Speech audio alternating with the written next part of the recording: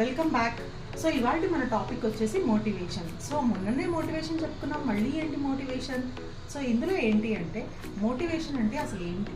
ప్రతి ఒక్క మనిషి ఇంట్రిన్సిక్గా కానీ ఎక్స్ట్రిన్సిక్ కానీ ఫీల్ అవుతాడు మోటివేషన్ అనేది. సో ఈ మోటివేషన్ ఎందుకోసం?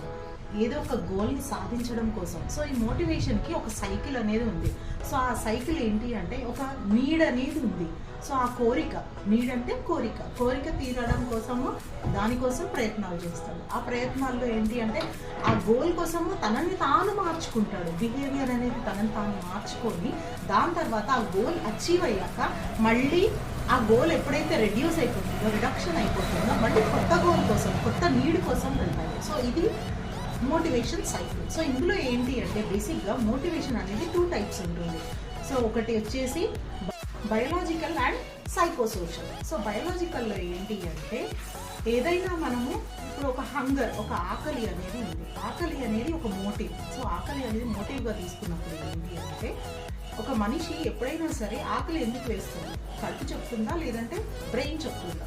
సైకాలజీ ప్రకారము ఇక్కడ ఒక ఎక్స్పెరిమెంట్ కండక్ట్ చేశారు. ఇందులో ఏంటి అంటే ఒక మనిషికి ఆకలి వేసినప్పుడు పేగులు ఎన్ని కాంట్రాక్షన్స్ ఇస్తాయి తెలుసుకోవడం కోసము ఒక బెలూన్ని స్వాలో చేశారు. ఆ బెలూన్ని స్వాలో చేసినప్పుడు ఏమైంది అంటే ప్రతి ఒక్కసారి అతనికి ఎప్పుడైతే ఆకలి వేసిందో అప్పుడు ఆ కాంట్రాక్షన్ అనేది ఆ బెలూన్ రికార్డ్ చేసింది.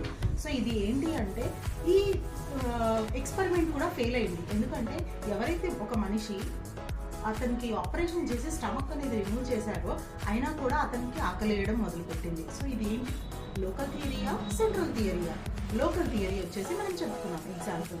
సో సెంట్రల్ థియరీ వచ్చేసి బ్రెయిన్లో మనకి హైపోథాలమస్ అనే ఒక మెంబ్రెయిన్ ఉంటుంది. సో ఆ మెంబ్రెయిన్ మన లివర్కి ఎప్పుడైతే మన బాడీలో ఎప్పుడైతే ఎనర్జీ తక్కువైపోతుందో, లెవెల్స్ తక్కువైపోతాయో అప్పుడు మన బ్రెయిన్ అనేది సిగ్నల్ ఇస్తుంది. ఎప్పుడైతే ఆ బ్రెయిన్ ఆన్ అవుతుందో ఆ లివర్ సిగ్నల్ బ్రెయిన్కి పంపించి హైపోథాలమస్ ఆన్ అవుతుందో అప్పుడు నీకు ఆకలేయడం మొదలవుతుంది. అండ్ ఎప్పుడైతే ఇది ఆఫ్ అవుతుందో నీ స్టమక్ ఫుల్ అయిందని ఈ హైపోథాలమస్ చెప్తుంది. సో ఇది కాకుండా మనము సైకోసోషల్ మోటివేషన్ అనుకున్నాం. సో సైకోసోషల్ మోటివేషన్లో ఏంటి అంటే గ్రూప్ ఫామ్ చేసుకోవడం. సో గ్రూప్ ఫామ్ చేసుకోవడం అంటే నాకంటూ ఫ్రెండ్స్ ఉండాలి, నేను సొసైటీలో బాగుండాలి, నాకు సొసైటీలో ఒక ఫేమ్ ఉండాలి అనుకోవడం. ఈ ఎప్పుడైతే సైకోసోషల్ మోటివేషన్ ఉంటుందో వీళ్ళు ఎక్కువగా ఏంటి అంటే పొలిటికల్ డిజైర్స్లో ఉంటారు. పొలిటికల్ అండ్ గవర్నమెంట్ ఇన్స్టిట్యూషన్స్లో వర్క్ చేయాలి అనుకుంటారు, పొలిటికల్గా ఎదగాలి అనుకుంటారు. So have a good day.